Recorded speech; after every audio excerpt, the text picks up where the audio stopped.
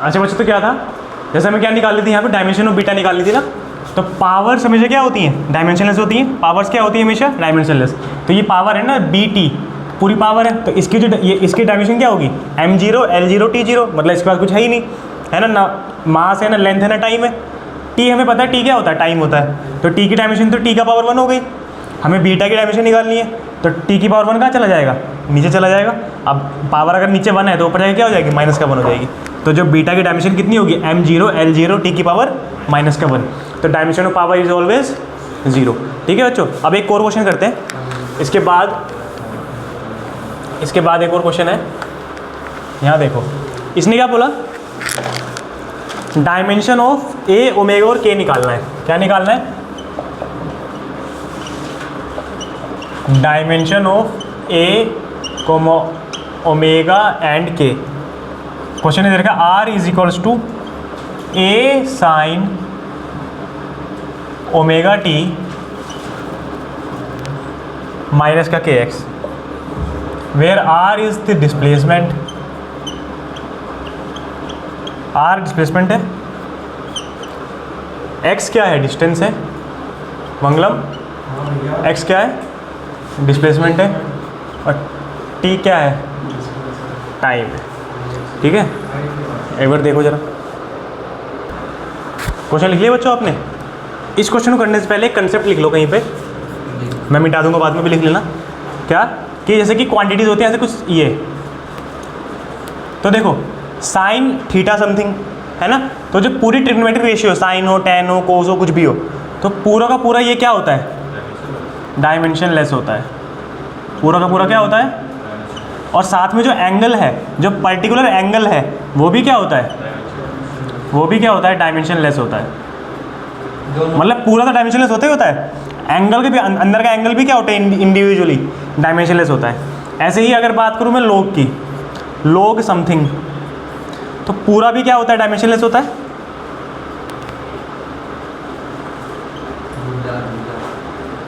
और जो अंदर का पार्ट है इसके, वो भी क्या होता है, डायमेंशनलेस होता है। वो भी क्या होता है, डायमेंशनलेस होता है। अच्छा ऐसे ही अगर बात करूँ मैं E की पावर समथिंग, तो पूरा डायमेंशनलेस होता है। ये पूरी क्वांटिटी किस में आती है, डायमेंशनलेस में आती है। और इसकी जो पावर है वो तो हमने अभी डिस्कस करी कि पावर तो कैसी होती है, डायमेंशनलेस होती है। तो जो पावर है वो भी क्या होगी, डायमेंशनलेस होंगी। समझ में आया। तो याद रखना बच्चों, physical quantity such as angle, trigonometric ratios, है ना, और लॉगरिथम, एक्सपोनेंशियल, और कोई न्यूमेरिकल वैल्यू, वो सब क्या होती हैं, डायमेंशनलेस होती हैं। समझ में आया। तो किन किन चीज़ों की आपको हमेशा क्या माननी है, डायमेंशनलेस माननी है। एक बार लिख लो इसको, फिर अब आगे क्वेश्चन करते हैं वाला जो अभी लिखवाया। कहाँ पे, नहीं कुछ नहीं है। अच्छा देखो बच्चों सुनो, इसका आंसर देखते हैं एक बार। मुझे बताओ एंगल्स आर क्या होते हैं, एंगल्स हमेशा डायमेंशनलेस होते हैं, एंगल्स क्या होते हैं, डायमेंशनलेस होते हैं। तो मुझे बताओ देखो क्या होगा, ओमेगा टी माइनस का KX is equal to what, dimensionless, या सिंपल लिख देते हैं हम अपना M0 L0 और अच्छा जैसे कि हमने उसमें देखा था इक्वेशन में V is equal to U plus AT, जो डायमेंशन इसकी थी वही डायमेंशन इसकी थी, और वही डायमेंशन क्या थी, इसकी थी। तो मतलब अगर ये डायमेंशनलेस है तो ये भी डायमेंशनलेस होगा, और ये भी क्या होगा, डायमेंशनलेस होगा, है ना मंगला, मानते हो। होमोजेनिटी के हिसाब से दोनों सेम क्वांटिटी होंगी तभी प्लस माइनस हो रही है ना। और इनका जो आंसर आएगा वो भी सेम क्वांटिटी में आएगा। टाइम को टाइम से माइनस करेंगे तो आंसर टाइम ही आएगा ना, ये वेलोसिटी को वेलोसिटी से माइनस करेंगे आंसर वेलोसिटी ही आएगा। तो ऐसे ही अगर आंसर डायमेंशनलेस है तो क्यों ऐसा हुआ होगा कि डायमेंशनलेस से डायमेंशनलेस को माइनस किया होगा, तभी जाके आंसर क्या आया होगा, डायमेंशनलेस आया होगा। तो therefore I can say omega T भी क्या है, डायमेंशनलेस है, और ये KX भी बेचारा क्या है,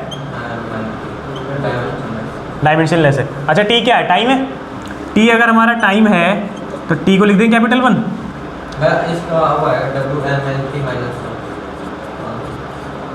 तो ओमेगा की जो डायमेंशन है वो क्या हो गई, M0 L0 T की पावर, क्योंकि T की पावर प्लस 1 नीचे उतरेगा डिवाइड में, और नीचे उतर के जब ऊपर जाएगा तो पावर कितनी हो जाएगी उसकी, माइनस की 1 हो जाएगी। अच्छा ऐसे ही KX की जगह क्या लिख सकते हैं हम लोग, L की पावर 1, M0 L0 T की पावर 0,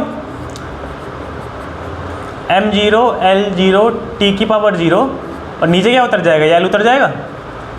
एक बार बताओ, नीचे 1 है, ऊपर जाएगा क्या हो जाएगा, माइनस का 1 हो जाएगा। तो अगर मैं सीधा इसको यहीं से लिख दूँ तो k की डायमेंशन भी आ गई हमारे पास, ओमेगा की डायमेंशन भी हमारे पास आ गई। कौन बचा, a बचा ना। अच्छा एक बात बताओ, हमें पता है पूरा का पूरा ये भी क्या होता है, डायमेंशनलेस होता है। एंगल तो डायमेंशनलेस होता ही होता है, पूरा डायमेंशनलेस हो जाएगा। नहीं, पूरा डायमेंशनलेस हो जाएगा। तो I can write it as r is equal to a और बाकी का बचा वो क्या, डायमेंशनलेस। अच्छा r क्या है, डिस्प्लेसमेंट है ना, r डिस्प्लेसमेंट है, तो इसकी डायमेंशन क्या हो जाएगी, l हो जाएगी। a is equal to dimensionless मतलब गायब, कुछ है ही नहीं। तो a की डायमेंशन क्या हो गई, a की डायमेंशन हमारी l हो गई। मुश्किल था क्या, समझ में आया अच्छे से, कंसेप्ट भी नया था। लिखो एक बार, देखो हमने अभी तक पढ़ा फर्स्ट एप्लीकेशन है ना, प्रिंसिपल होमोजेनिटी वाला था वो, कि अगर कोई सेम फिजिकल क्वांटिटी है तो सेम फिजिकल क्वांटिटी से प्लस या माइनस हो सकती है, ठीक है। अब सेकंड वाला है, अगर हमें मान लो एक सिस्टम ऑफ यूनिट को तो दूसरे सिस्टम में कन्वर्ट करना है तो भी हम कैसे कर सकते हैं, उसको डायमेंशनली देख सकते हैं। जैसे कि मान लो, मतलब फॉर्मेट क्या होता है उसका, फॉर्मेट n1 u1 मतलब नंबर और यूनिट इज इक्वल टू क्या होगा, n2 u2 नंबर और यूनिट। मतलब फॉर एग्जांपल यहाँ देखो, सुनो बच्चों, 1 मीटर इज इक्वल टू क्या, 100 सेंटीमीटर। तो n1 और यूनिट 1, नंबर 2 मतलब n2 और यूनिट 2, तो दोनों आपस में इक्वल है कि नहीं है। तो एक फॉर्मेट को हम किस में कन्वर्ट कर सकते हैं, दूसरे फॉर्मेट में कन्वर्ट कर सकते हैं, किसकी हेल्प से, डायमेंशन की हेल्प से। मतलब कि अगर 1 मीटर है तो डायमेंशनली हम उसको निकाल सकते हैं कि सेंटीमीटर अगर होगा तो उसमें कितने सेंटीमीटर आएगा। मतलब 1 मीटर में 100 सेंटीमीटर होते हैं, ये तो रट लिया हमने, पता कैसे चला कितने होते हैं, है ना। तो क्या हुआ होगा कि अगर क्वेश्चन ने बोला होगा कि 1 मीटर को कन्वर्ट करो किस में, सेंटीमीटर में, तो मुझे n1 पता है 1 है, n2 पता है मीटर है, वो n1 पता है मीटर है, n2 भी पता है सेंटीमीटर है, मतलब यूनिट 2 पता है मुझे सेंटीमीटर, ये n1 ये u1 और ये u2, मुझे n2 नहीं पता कि 1 मीटर में कितने सेंटीमीटर होते हैं। तो कैसे निकाल सकते हैं इसको हम, डायमेंशनली निकाल सकते हैं, पर होता ही तो क्योंकि दोनों इक्वल ही है ना। तो फॉर्मेट क्या है, n1 u1 is equal to क्या, n2 u2। तो एक क्वेश्चन देखते हैं इसको, क्वेश्चन से आपको ज़्यादा अच्छे समझ में आएगा। अच्छा थोड़ा और देख लो पहले, n1 u1 को कैसे लिख सकते हैं डायमेंशनली हम, m1 की पावर a, l1 की पावर b, t1 की पावर c, n2 u2 को क्या लिख देंगे हम लोग, m2 की पावर a, l2 की पावर b और t2 की पावर क्या, c। समझ में आया, ये आपका बेसिक फॉर्मेट है। आपको जब भी आपको कन्वर्जन का क्वेश्चन आएगा, जब भी आपको एक फॉर्म से दूसरी फॉर्म में कन्वर्ट करना होगा, ये लिखना ही लिखना है। n1 u1 हमेशा किसके इक्वल होगा, n2 u2 के। जैसे 1 metre is equal to 100 centimetre. समझ में आया पक्का। यूनिट 1 है, यूनिट है ना ये, इसको डायमेंशनली लिखेंगे, कैसे लिखेंगे, ऐसे लिखेंगे। और ये यूनिट है ये भी, इसको डायमेंशनली लिखेंगे, कैसे लिखेंगे, ऐसे लिखेंगे। समझ में आया, इनकी पावर्स को सेम रखा गया है। अच्छा एक क्वेश्चन देखते हैं, क्वेश्चन से आपको और अच्छे से क्लियर होएगा। बहुत इंपॉर्टेंट क्वेश्चन है बच्चों, बहुत बार क्वेश्चन एग्जाम में आया है ये वाला। कन्वर्ट 1 न्यूटन इनटू डाइन, ठीक है Nishika, convert 1 newton into dyne. तो याद रखना बच्चों, न्यूटन क्या होता है, MKS होता है, MKS, और डाइन क्या होता है, क्या होता है, CGS यूनिट होता है। मतलब ये है मास, मतलब metre kilogram second, MKS system में होता है न्यूटन, और डाइन कौन से सिस्टम में होता है, सेंटीमीटर ग्राम सेकंड वाले में, ठीक है, वो CGS सिस्टम का होता है। क्वेश्चन दे देता है आपको कि ये MKS सिस्टम है और ये क्या है, CGS सिस्टम में है। अच्छा फॉर्मेट लगाते हैं अपना, n1 u1 is equal to क्या, n2 u2। n1 कितना है, पहली वैल्यू कितनी है, 1 है, 1 कर दिया उसको। u1 की जगह क्या लिखेंगे हम लोग, m1 की पावर a, l1 की पावर b, t1 की पावर c। n2 पता नहीं, वही तो निकालना है कि 1 न्यूटन में कितने होते हैं, n कितना है इसका, कितने होते हैं, है ना मंगलम। n2 पता नहीं है, तो ये क्या होगा, m2 की पावर a, l2 की पावर b और t2 की पावर c। ये पूरा इधर आ जाएगा। तो n2 इज इक्वल टू क्या हो गया बच्चों, m1 की पावर a, l1 की पावर b, t1 की पावर c अपॉन में m2 की पावर a, l2 की पावर b और t2 की पावर c ना। पूरा प्रॉपर पूरा नीचे आया है वो। एक बात बताओ, इनको मैं इंडिविजुअल अलग अलग लिख सकता हूँ ऐसे, m1 बाय m2 की पावर a, क्योंकि देखो दोनों की पावर सेम है, अगर पावर सेम होती है तो इकट्ठे लिख सकते हैं। ऐसे ही L1 बाय L2 की पावर B, ऐसे ही T1 बाय T2 की पावर C लिख सकता हूँ, क्योंकि देखो ना T1 की पावर भी C है, T2 की पावर भी C है, तो इकट्ठा क्यों ना लिख दें इनको, हम लिख सकते हैं ना। तो यहाँ तक तो आपको हर क्वेश्चन में आना है।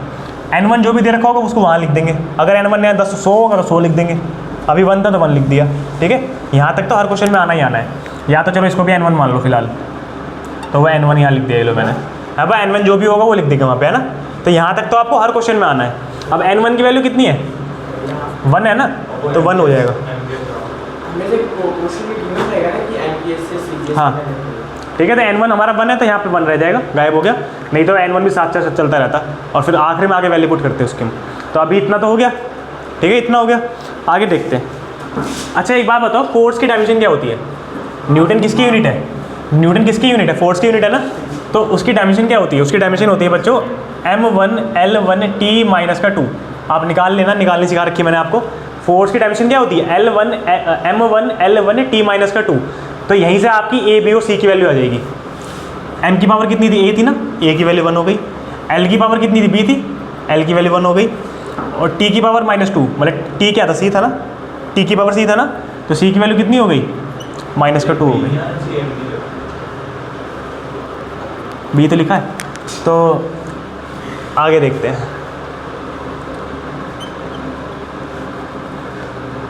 तो N2 = यहाँ देखो, ये L1 M1 T1 क्या है? MKS सिस्टम है, MKS। तो मतलब ये क्या होगा? मीटर, लेंथ किस में होगी? मीटर में। मास किस में होगा? किलोग्राम में। और टाइम किस में होगा? सेकंड में। तो M1 की जगह लिख देते हैं क्या, मतलब मास है ना ये, kg, और ये CGS है ना, ग्राम वाला है, ये ग्राम हो जाएगा। A की पावर कितनी है? 1 है। अच्छा L 1 वाला कौन सा था? MKS सिस्टम था। लेंथ में MKS मतलब क्या? मीटर। तो L1 क्या हो जाएगा? मीटर में हो जाएगा। और ये वाला किस में हो जाएगा? सेंटीमीटर में, क्योंकि वो MKS में था तो मीटर हो गया लेंथ। ये CGS में था ना, तो लेंथ कितनी होगी? सेंटीमीटर हो गई। तो L2 को सेंटीमीटर लिख देंगे। B की वैल्यू कितनी है? 1। T सेकंड यहाँ भी और सेकंड यहाँ भी। C की वैल्यू कितनी है? -2 है, ठीक है। हमें कन्वर्ट किस में करना है? MKS से CGS में कन्वर्ट करना है ना। तो जो भी आपको MKS वाला सिस्टम दिख रहा है उसको कन्वर्ट कर दो किस में? CGS में। तो मतलब इसको अगर CGS में बनाऊंगा किलोग्राम में तो ग्राम बनाना पड़ेगा, तो 1000 ग्राम।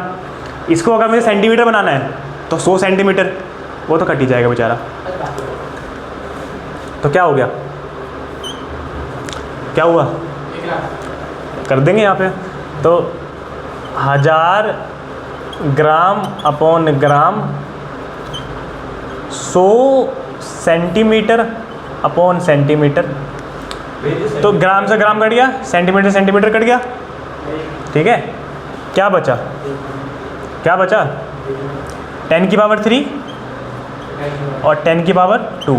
तो मतलब 10 की पावर कितनी आ गई? 5 आ गई। तो N2 की वैल्यू कितनी है? 10 की पावर 5। इट मीन्स 1 न्यूटन में 10 की पावर 5 कितने होते हैं निशिका? 10 की पावर 5 डाइन होते हैं। क्या हो गया? अरे ऐसा थोड़ी बोल दूंगा यार मैं उसको। अच्छा देखो, कन्वर्ट 1 जूल टू अर्ग, हमें 1 जूल से अर्ग में कन्वर्ट करना है। तो देखो मैंने बताया था बच्चों, बेसिक एक तो कंसेप्ट फॉर्मेट है बेसिक, है ना इसका। क्या? N1 U1 =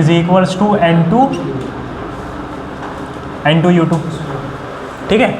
अच्छा देखो, N1 U1 की क्या लिख देंगे हम लोग? M1 की पावर A, L1 की पावर B, T1 की पावर C। ऐसे ही N2 M1 की पावर A, L2 की पावर B, T2 की पावर C। अच्छा N1 कितना है? 1 है ना, तो गायब हो जाएगा, 1 तो गायब। N2 नीचे आ जाएगा, मतलब ये पूरा नीचे आ जाएगा। तो सेम कर देते ना एक बार में। M1 बाय M2 की पावर कितनी हो जाएगी? A। L1 बाय L2 की पावर कितनी हो जाएगी? B। और T1 बाय T2 की पावर कितनी हो जाएगी? C हो जाएगी। अच्छा बात किसकी हो रही है? एनर्जी की हो रही है ना। जूल का मतलब क्या होता है? एनर्जी, है ना निशिका? याद देखो, जूल का मतलब क्या होता है? जूल का मतलब होता है एनर्जी। तो एनर्जी की डायमेंशन क्या होती है? M1 L2 T-2। अच्छा देखो, तो मतलब यहाँ से मैं कह सकता हूँ M की वैल्यू A थी, L की पावर 2 थी, B थी, और T की पावर क्या थी? C थी। तो ए हमारा 1 आ गया, बी हमारा 2 आ गया और सी हमारा माइनस का 2 आ गया। तो ए बी और सी की वैल्यू पुट कर दूंगा मैं आराम से। अब मतलब हम डायमेंशन किसकी निकालते हैं, जिसकी यूनिट होती है जूल्स है ना, एनर्जी की यूनिट है ना, तो एनर्जी की डायमेंशन निकालने के वहाँ से ए बी सी की वैल्यू आ जाती है। वहाँ से क्या आ जाती है हमारे पास, ए बी सी की वैल्यू आ जाती है। अच्छा ऊपर वाला क्या है, एम के एस है ना, मीटर किलोग्राम सेकंड, मास किलोग्राम में, ये किस में, मीटर में, ये किस में, सेकंड में। अच्छा ये क्या, सी जी एस ना, सेंटीमीटर, सॉरी ग्राम, लेंथ किस में, सेंटीमीटर में, टाइम किस में, सेकंड में। पावर लगा दो ए बी सी की। ए कितना आया 1, बी कितना आया 2 और सी कितना आया माइनस का 2। अच्छा हमें एम के एस से सी जी एस में कन्वर्ट करना है, तो ये एम के एस पूरा पार्ट है, इसको सी जी एस में कन्वर्ट करो, ग्राम में, किलोग्राम में, ग्राम में कन्वर्ट करना पड़ेगा, तो मतलब 1000 हो जाएगा। तो 10 की पावर 3 ग्राम अपॉन में ग्राम। मीटर है तो 10 की पावर 2 सेंटीमीटर हो जाएगा ये, और ये तो कट ही जाता है बेचारा हर बार, ग्राम से ग्राम कट के गया। अच्छा तो 10 की पावर 3 हो गया और 2 का स्क्वायर 4 हो गया ना, तो n2 कितना आ गया हमारा बच्चों, 10 की पावर 7। तो मतलब कि therefore 1 joule is equal to 10 की पावर 7 अर्ग। आया, तो न्यूमेरिकल वैल्यू पता चल जाती है। अच्छे से आया, सबको आया, लिखो एक बार जरा। देखो बच्चों सुनो, मैं बताता हूँ अब हमें क्या करना है। हमें एक क्वेश्चन दे रखा है, इसमें 19 इंटू 10 की power 10 newton metre square, Young's modulus मतलब उसने बोला इसको कन्वर्ट करना है 9 सेंटीमीटर स्क्वायर में। अच्छा यंग्स मॉडुलस आपको नहीं पता क्या होता है, पर आपको यूनिट दिख रही है न्यूटन मीटर स्क्वायर, मतलब फोर्स अपॉन में एरिया, फोर्स अपॉन में एरिया ना। अच्छा तो फोर्स अपॉन में एरिया। अच्छा फोर्स की डायमेंशन क्या होती है बच्चों, फोर्स की डायमेंशन क्या होती है बताओ, एम एल टी माइनस का 2, और एरिया की क्या होती है डायमेंशन, हाँ एल स्क्वायर। अच्छा तो डायमेंशन कितनी हो जाएगी पूरी इस क्वांटिटी की, m1। अच्छा l कितना हो जाएगा, माइनस का 2 जाएगा ऊपर, तो 1 में से -2 चला जाएगा, कितना बचेगा, और माइनस का 2। तो a की वैल्यू 1 आ गई, b की वैल्यू -1 आ गई, c की वैल्यू कितनी आ गई, ये समझ में आया। फोर्स अपॉन एरिया, क्योंकि देखो फोर्स अपॉन एरिया होगा तभी तो यूनिट ऐसी है। फोर्स की डायमेंशन क्या होती है, ये होती है, एरिया की ये होती है, l माइनस का 2 ऊपर जाएगा, यहाँ 1 ऑलरेडी है, तो 1 में से -2 माइनस होगा तो माइनस का 1 बचेगा, तो m1 l -1 t -1, a की वैल्यू 1 आ गई, b की वैल्यू -1 आ गई, c की वैल्यू -2 आ गई।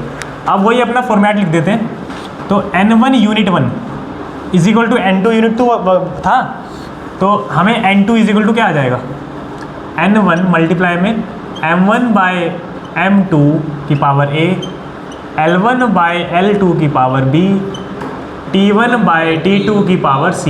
आप चाहो तो इसको भी लर्न कर सकते हो बस सिंपल फॉर्मेट के फॉर्म में, ऐसा ऐसा फॉर्मेट, ठीक है। तो n1 कितना है, ये पूरा ये रहा 19, हाँ m1 कितना, अच्छा देखो m के है ना, मास किलोग्राम में रहेगा, नीचे वाला ग्राम में, a की वैल्यू 1 है, लेंथ किस में रहेगी, मीटर में रहेगी, नीचे वाली सेंटीमीटर में रहेगी, b की वैल्यू कितनी है, -1 है। अच्छा सेकंड बेचारा गया, पहले काट दो, लिखो ही मत ना, ऐसा हर बार नहीं होता ना। अच्छा कितना हो गया, 10 की पावर 3 ग्राम अपॉन ग्राम, क्योंकि मुझे सारा कुछ ऊपर वाला नीचे से बनाना है, एम के एस को सी जी एस में कन्वर्ट करना है। अच्छा 10 की पावर 2 सेंटीमीटर अपॉन में क्या, सेंटीमीटर वो तो कट ही गया है, ये कितनी पावर -1 है, ये 1 है, ग्राम से ग्राम गया, सेंटीमीटर गया, 19 इंटू 10 की पावर 10, ये तो 10 की पावर 3 बच गया। अच्छा 2 इंटू -1 कितना बन गया, 10 की पावर -2, 10 की पावर कितना, -2। अच्छा 19 इंटू 10 की पावर 10, ये कितना बचा, 10 बचा, तो 19 इंटू 10 1 हो गया, तो 10 की पावर कितना हो गया, 11 हो गया। और मान लो अगर मैं पॉइंट कर दूँ यहाँ पे, तो 10 की वैल्यू कितनी हो जाएगी, 12। तो n2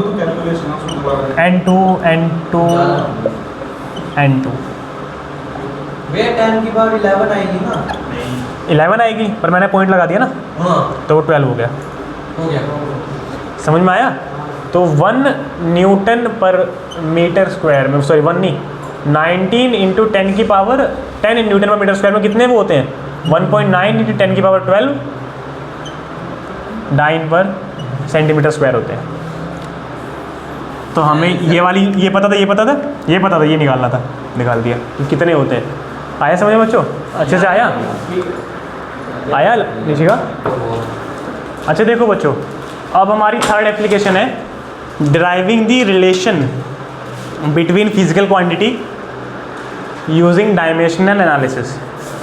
अच्छा देखो, हम क्या करते हैं, जैसे कि मान लो बहुत सारी फिजिकल क्वांटिटीज़ हैं, उनके बीच में रिलेशन ड्राइव करना है। अगर उनके बीच में फॉर्मूला बनाना है, फॉर्मूला ड्राइव करना है, तो उस टाइम पे कौन सी क्वांटिटी इस्तेमाल होती है, मतलब उस टाइम पे भी हम डायमेंशन को यूज़ कर सकते हैं। एक क्वेश्चन से समझते हैं। जैसे क्वेश्चन है, क्वेश्चन लिखो बच्चों एक बार सब लोग। यहाँ लिख देता हूँ मैं, बाद में मिटा दूंगा। लिखो, force on a particle depends upon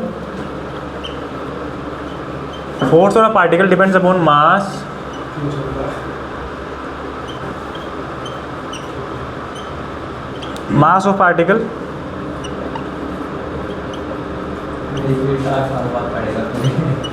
and acceleration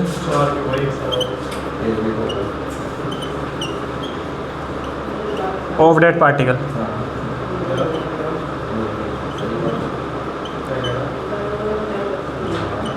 Write expression for F। हमें फोर्स का एक्सप्रेशन निकालना है। फोर्स का क्या निकालना है? फॉर्मूला निकालना है। क्या निकालना है? फॉर्मूला। अच्छा आगे देखते हैं बच्चों। देखो, force on a particle depends upon mass. Question ने क्या बोला? जो फोर्स है पार्टिकल का वो डिपेंड किस पे करता है बच्चों? सब लोग देखेंगे बस पहले। जो फोर्स है पार्टिकल का किस पे डिपेंड करता है? एक तो मास पे डिपेंड करता है। तो मास पे डिपेंड करता है, अब कैसे करता है पता नहीं ना, मास के स्क्वायर से करता है कि क्यूब से करता है कि रूट से करता है, पता नहीं ना। तो फोर्स मास पे डिपेंड करता है, तो पावर मास के x मान लेते हैं।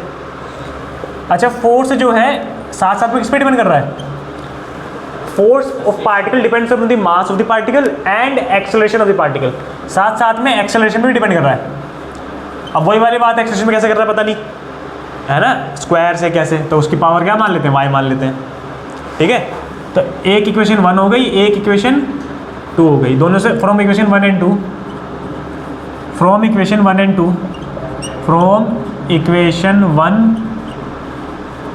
2 आई कैन से जो फोर्स है वो डायरेक्टली प्रोपोर्शनल है मास की पावर x के और एक्सेलरेशन की पावर y के। अगर मुझे इक्वल टू लगाना है तो कोई कांस्टेंट डालना पड़ेगा, तो m की पावर x, a की पावर y। ऐसा हो गया। अब इसको डायमेंशन में कन्वर्ट करते हैं। फोर्स की डायमेंशन क्या होती है? MLT। ओके, k एक नंबर है, k एक कांस्टेंट है, याद करो। प्रोपोर्शनल को हटा के इक्वल टू लगाने के लिए हमने कांस्टेंट डाला है कि कांस्टेंट एक नंबर होता है, वो हमेशा कैसा होता है? डायमेंशनलेस होता है। तो k की कोई डायमेंशन है नहीं वाली। m क्या है? m की पावर 1 x। एक्सेलरेशन की डायमेंशन क्या होती है? मीटर पर सेकंड स्क्वायर ना, तो क्या मीटर मतलब लेंथ ये होती है, तो l t माइनस का 2 और पावर y। अच्छा, तो m 1 इंटू एक्स क्या हो गया? x हो गया। l क्या हो गया? y। और t कितना हो गया? माइनस का, क्यों 2 इंटू वाई क्या हो जाएगा? 2y हो जाएगा ना, तो माइनस का 2y हो गया। नहीं आया? आया नहीं आया? किस किस को नहीं आया? नहीं आया? नहीं आया? देखो ना, यहाँ तक का आया। स्टार्टिंग से बात करते हैं। Force on a particle depends upon mass of particle. कि फोर्स किस पे डिपेंड करता है? मास पे। कि प्रोपोर्शनल है मास की पावर x के। जो भी चीज़ पे डिपेंड करेगा उसको प्रोपोर्शनल डाल के वहाँ आगे लिख देंगे और उसकी पावर x मान लेंगे। कोई और चीज़ होगी तो प्रोपोर्शनल किसके? एक्सेलरेशन की, तो पावर y हो गई। कोई और होता था प्रोपोर्शनल उसके होके z पावर कर देते, कुछ भी कर देते। ठीक है, इक्वेशन 1 एंड 2। तो अगर ये इसकी भी प्रोपोर्शनल है, ये इसकी भी प्रोपोर्शनल है, दोनों के होगा, तो दोनों को मल्टीप्लाई करके लिख दिया, है ना। प्रोपोर्शनल था, इक्वल टू लगाने के लिए कांस्टेंट लगाया, डायमेंशन में कन्वर्ट कर दिया। f की डायमेंशन ये रही, k एक नंबर है, डायमेंशनलेस होगा। m क्या हो? डायमेंशन की m की पावर 1। मास की डायमेंशन क्या होती है? m1 की पावर x। एक्सेलरेशन की डायमेंशन क्या होती है? L2 LT माइनस का 2। पावर कितनी होगी? y हो गई। y इसकी भी है, तो दोनों को अलग अलग दे दिया। यहाँ पे क्या हो गया? m1, यहाँ पे अलग अलग कर दो। L1 बेस सेम है तो पावर इक्वल होती है। अगर बेस सेम है तो पावर इक्वल होती है, बेस सेम है तो पावर क्या होती है? इक्वल होती है।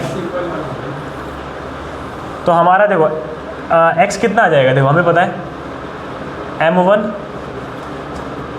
इक्वल होगा mx के, तो therefore x is equal to क्या हो गया 1 हो गया। ऐसे ही L1 इक्वल होगा Ly के, तो y भी कितना हो गया 1 हो गया। यहाँ पे भी देखो t इज इक्वल टू क्या हो रहा है, t की पावर -2 इक्वल हो रही है t की पावर -2 y के, तो -2 इज इक्वल टू क्या हो गया -2y, माइनस से माइनस कट गया, t से t कट गया, 2 से 2 कट गया, तो y तो वैल्यू वैसे आई चुकी थी, दोनों में सेम ही तो आएगी। Putting value x and y in equation 1, तो f इज इक्वल टू क्या आ गया k m, x की पावर कितनी थी, x था ना ऊपर, x की वैल्यू कितनी आई है 1 आई है, a y के ऊपर a के ऊपर y था ना, a के ऊपर y था, y की वैल्यू कितनी आई है 1 आई है, f is equal to k into k is equal to f is equal to k m है ना। मुझे पता है एक्सपेरिमेंटली कि k क्या होता है 1 होता है, तो फोर्स का फॉर्मूला क्या होता है मास इंटू एक्सेलरेशन होता है ना, फोर्स का फॉर्मूला क्या होता है मास इंटू एक्सेलरेशन, वो तो हमें एक्सपेरिमेंटली पता है कि k इज इक्वल टू क्या होता है 1 होता है, पर हम डायमेंशनली इसको यहाँ तक तो निकाल सकते हैं, तो मतलब अब बाकी एक्सपेरिमेंट कर लेंगे और पता लगा लेंगे कि k की वैल्यू क्या होती है, पर डायमेंशन की हेल्प से हम किसी चीज़ का फॉर्मूला निकाल सकते हैं, जैसे ये निकाला हमने। समझ में आया, किस किस को नहीं आया, निशिका आया, आया पार्थ, हाँ हाँ, मतलब के की जगह आप कुछ भी लिख सकते हो, ऐसा नहीं के ही लिखना है, पर वो कांस्टेंट है, समझ में, अल्फ़ाबेट को बदल सकते हो। आयुष आया, नहीं आया, लिखो एक बार बच्चों जल्दी।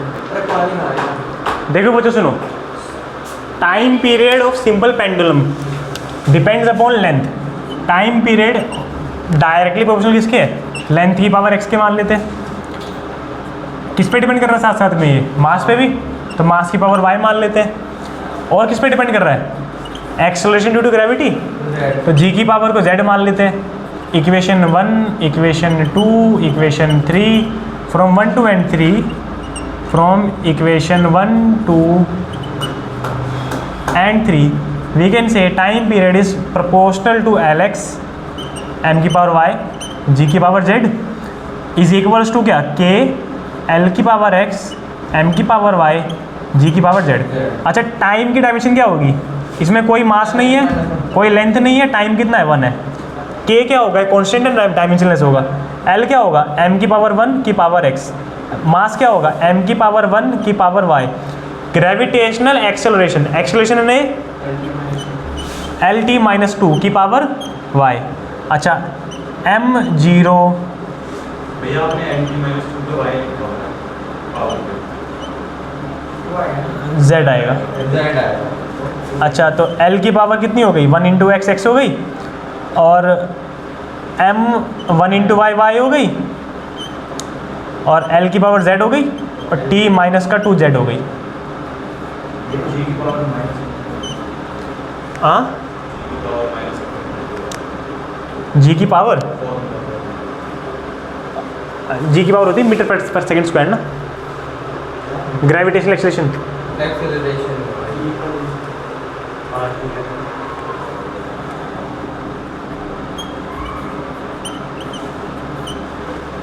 अच्छा एक बात बताओ, ये भी L की पावर x है, ये L की पावर क्या है z है, दोनों सेम है, तो पावर क्या हो जाएंगी, ऐड हो जाएंगी, तो I can write it as m0 L0 t minus का 1 is equal to L x plus base से में तो पावर ऐड हो जाएंगी, निशिका बेस से में तो पावर क्या हो जाएंगी -2z, बेटा मल्टीप्लाई हो रहा है ना 2z, ठीक है, बेस से में तो पावर ऐड हो जाएंगी। अच्छा m की पावर कितनी है y, और t की पावर कितनी है -2z। अब कंपेयर करेंगे m और m, तो y कितना हो गया 0 हो गया। अच्छा l और l को कंपेयर करो, तो x प्लस z कितना हो गया 0 हो गया। अच्छा t और t वालों को कंपेयर करो, तो -1 इज इक्वल टू क्या होगा -2z, माइनस से माइनस कट गया, z इज इक्वल टू कितना आ गया 1/2 आ गया, तो z को यहाँ आकर पुट करूँगा 1/2, तो x कितना आ गया -1/2 आ गया। इक्वेशन 1 का है हमारी ये रही ना, या इक्वेशन a मान लेते हैं इसको, तो पुटिंग वैल्यूज़ इन इक्वेशन ए, तो t इज इक्वल टू के एल की पावर x है, तो x मतलब पावर 1/2 माइनस का m की पावर y है, तो y मतलब 0 है, g की पावर z है, तो z मतलब क्या प्लस का 1/2 है। अच्छा क्या लिख देंगे इसको हम, l की पावर -1/2 है ना, तो नीचे उतर के क्या हो जाएगा प्लस का 1/2 हो जाएगा। अच्छा m की पावर 0 तो गायब हो गया, 0 तो 1 हो जाता है, अपॉन में क्या बचा है l की पावर प्लस के 1/2 हो जाएगा, नीचे आ जाएगा ना ये माइनस के 1/2 क्या हो जाएगा प्लस के 1/2 है। अच्छा तो और 1/2 पावर से पावर नहीं कटती, 1/2 रूट क्या होता है, 1/2 क्या होता है रूट होता है ना, तो इसको मैं लिख सकता हूँ रूट जी रूट एल, तो कॉमन के लिए पूरा लिख दूंगा रूट जी बाई एल। आप बाद में फॉर्मूला देखोगे ना कभी ऑसिलेशन के अंदर टाइम पीरियड ऑफ पेंडुलम का 2 pi root g by L होता है, तो के की जगह क्या आता है 2 पाई आता है, पर हम न्यूमेरिकल वैल्यू तो निकाल सकते नहीं इससे डायमेंशन से, लेकिन हम फॉर्मूला निकाल सकते हैं। तो टाइम पीरियड का फॉर्मूला क्या होता है 2 pi root g by L, तो के की वैल्यू 2 पाई है ना, वो तो निकाल नहीं सकते क्योंकि नंबर क्या होता है डायमेंशनलेस होता है, तो उसके बारे में तो कुछ नहीं कह सकते हम लोग, लेकिन एक फॉर्मूला काफ़ी हद तक हम एक्सप्रेशन निकाल सकते हैं। तो मतलब हमने बना दिया ये, बाकी 2 पाई कैसा आया होगा एक्सपेरिमेंटली आया होगा, ये के भी हमेशा वही हर केस वन नहीं के तो के कॉन्स्टेंट, नहीं एक्सपेरिमेंटली एक्सपेरिमेंटली फिर वो करना पड़ता है, 2 पाई आता है, कभी 2 आता है, कभी कुछ और आता है, कभी 1/2 आता है। समझ में आया, मुश्किल था कि आसान था? मंगलम आसान था, निशिका आया पर अच्छे से आ गया, आयुष आया या नहीं आया अच्छे से? बस x y z की वैल्यू ठीक है बच्चों, आज के लिए इतना ही करते हैं।